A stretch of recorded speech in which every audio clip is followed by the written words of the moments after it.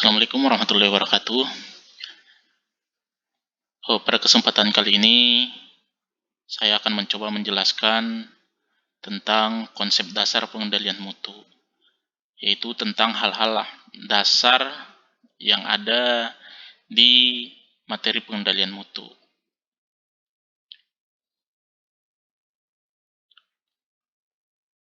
Apa sih sebenarnya yang kita pikirkan jika kita mendengar quality, mutu, atau kualitas? Mutu itu, kalau menurut si Gilmore, adalah suatu kondisi di mana produk atau jasa sesuai dengan desain atau spesifikasi tertentu. Jadi, kalau produk jasa itu di luar spesifikasi, maka itu di luar mutu. Sedangkan menurut si Skinberg, mutu itu ditentukan oleh pelanggan. Ini menurut si Juran, bapak-bapak mutu, mutu itu adalah keseluruhan ciri atau karakteristik produk atau jasa yang berkaitan dengan kemampuannya. Bagaimana dia mampu untuk memenuhi kebutuhan atau kepuasan pelanggan. Itu adalah mutu menurut si Johnson dan si William. Jadi secara keseluruhan, mutu itu adalah ciri atau karakteristik jasa dalam tujuan untuk memenuhi kebutuhan dan harapan pelanggan. Jadi kalau kita dengar mutu, mutu itu adalah harapan atau keinginan dari pelanggan. Jadi setiap orang itu mempunyai ekspektasi terhadap suatu barang atau jasa. Setiap orang berarti berbeda selera. Setiap orang berbeda mutunya. Itu yang disebut dengan mutu. Mutu itu adalah harapan pelanggan, bukan harapan dari perusahaan.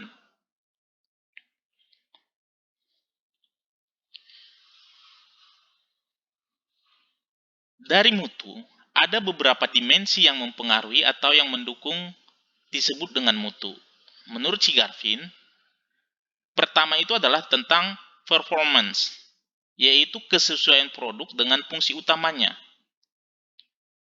Jika produk itu tidak sesuai dengan fungsi utamanya, maka di luar performance. Misalnya, fungsi utama dari sebuah laptop adalah untuk mencatat atau mengetik atau menghitung. Jika suatu laptop itu sudah tidak bisa mengetik lagi, maka performanya sudah hilang, mutunya sudah hilang. Yang kedua adalah fitur, ciri khas produk yang membedakan dengan produk lain. Misalnya, HP Samsung dengan HP iPhone. Itu fiturnya beda. Di iPhone itu ada yang namanya iCloud. Di Samsung itu ada yang namanya Play Store. Maka kedua fitur inilah yang membedakan mutunya. Ada selera orang di Android, ada selera orang di iPhone. Itu fiturnya yang membedakan. Kemudian selanjutnya adalah reliability, kepercayaan orang terhadap produk karena kehandalannya, atau kemungkinan rusaknya rendah. Jadi kalau kita misalnya membeli mobil, yang kita bandingkan misalnya merek Toyota sama Honda, kemungkinan rusaknya itu kita pasti memilih yang mana yang paling tahan. Atau kita melihat sepatu. Misalnya kita memilih produk Adidas dengan produk yang tidak bermerek. Pasti kita lihat reliability-nya atau kepercayaan kita terhadap produk itu bagaimana. Apakah kita lihat misalnya sama atau berbeda, maka kemungkinan rusaknya yang mana? Itu adalah reliability-nya. Yang mana yang paling tinggi kemungkinan rusaknya? Apakah yang tidak bermerek atau yang sudah teruji mereknya? Selanjutnya adalah conformance. Kesesuaian produk dengan syarat atau ukuran tertentu, atau sejauh mana karakteristik, desain, dan operasi memenuhi standar yang telah ditetapkan. Conformance itu adalah ada spesifikasi atau karakteristik dari suatu produk. Contohnya laptop game, di mana laptop yang biasa yang tidak ada core-nya dengan Core 7 itu pasti berbeda. Desainnya juga berbeda, operasi memenuhi standarnya juga pasti berbeda. Tidak semua laptop itu bisa gaming. Ada laptop yang lemah atau hanya dikhususkan untuk Microsoft aja. Kemudian ada laptop yang didesain untuk bisa menyimpan data atau menyimpan software yang RAM-nya tinggi. Itu adalah perbedaan mutunya. Itu dari sisi dimensi conformance. Selanjutnya adalah durability atau tingkat keawetannya. Kita itu pasti memilih barang itu melihat berapa awet, seberapa lama tahannya, seberapa kuat. Kalau kita hanya membeli produk yang tidak berkualitas, yang abal-abal, pasti kita beli lagi, dan beli lagi. Maka di sini mutu itu didukung oleh durability. Semakin awet produk itu, maka mutunya semakin bagus. Kemudian serviceability. Service-nya itu adalah kemudahan produk bila akan diperbaiki. Kita membeli barang, membeli mobil, kalau ternyata dealernya itu tidak ada di Indonesia, contohnya Ford telah hilang di Indonesia. Bagaimana kita mencari suku cadang Ford di Indonesia? Itu pasti kita pertimbangkan. Kita semakin mudah mencari bengkelnya, semakin mudah untuk bisa membeli spare part-nya, itu adalah pertimbangan dari mutunya. Kita tidak mungkin membeli mobil itu, tapi kita harus servis ke luar negeri. Itu menambah biaya. Pasti kita lihat yang ada di dekat-dekat rumah, antara Honda, Toyota, atau mobil-mobil yang lainnya. Kemudian ketujuh, itu dari segi estetik, keindahan atau daya tarik produk tersebut. Bagaimana kita melihat produk itu indah di mata kita, atau daya tarik produk itu bisa membuat kita senang. Itu adalah salah satu mutu yang telah disajikan oleh produk. Keindahannya, daya tariknya. Selanjutnya adalah safety, bebas dari bahaya. Misalnya, kita beli HP, ternyata HP-nya itu bisa meledak, gampang meledak, kita pasti tidak akan mempertimbangkan untuk membeli produk tersebut. Kita lihat segi keamanannya.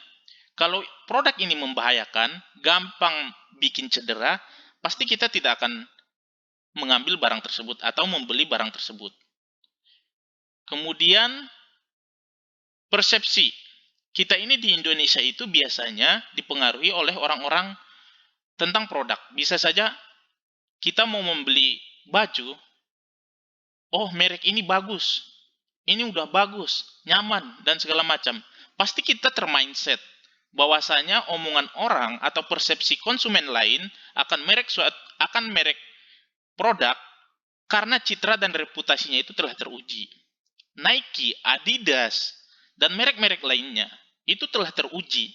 Jadi kalau kita minta pendapat ke teman, pasti saya mau beli sepatu nih, saya mau beli baju nih. Oh, kamu beli ini aja. Itu udah bagus. Jangan beli itu. Nah, itu dari segi persepsi. Omongan orang aja itu mempengaruhi daripada mutu dari produk. Konsep pengendalian kualitas itu bisa dilihat dari bagan tersebut. Pertama, raw material dari input, kemudian diproses, diinspeksi, apakah sesuai target.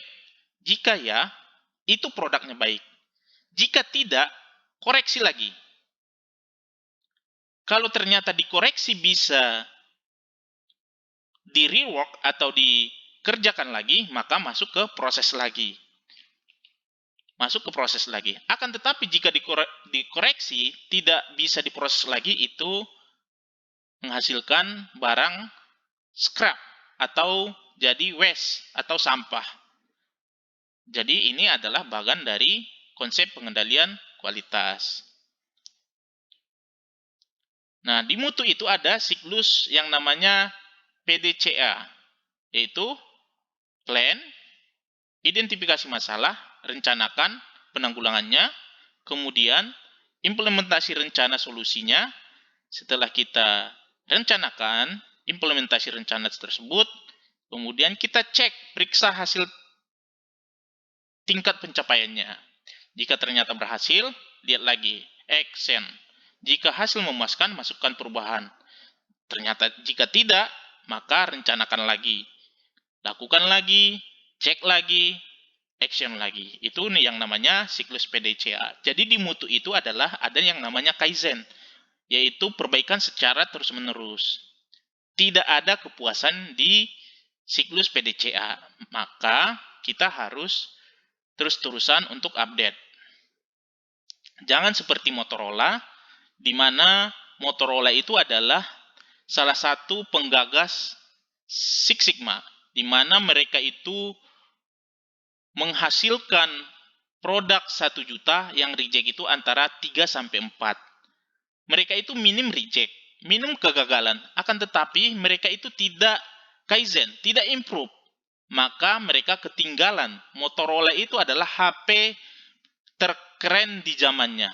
Akan tetapi mereka ketinggalan zaman, mereka tidak melakukan kaizen, tidak melakukan siklus PDCA, maka mereka ketinggalan dan kalah saing.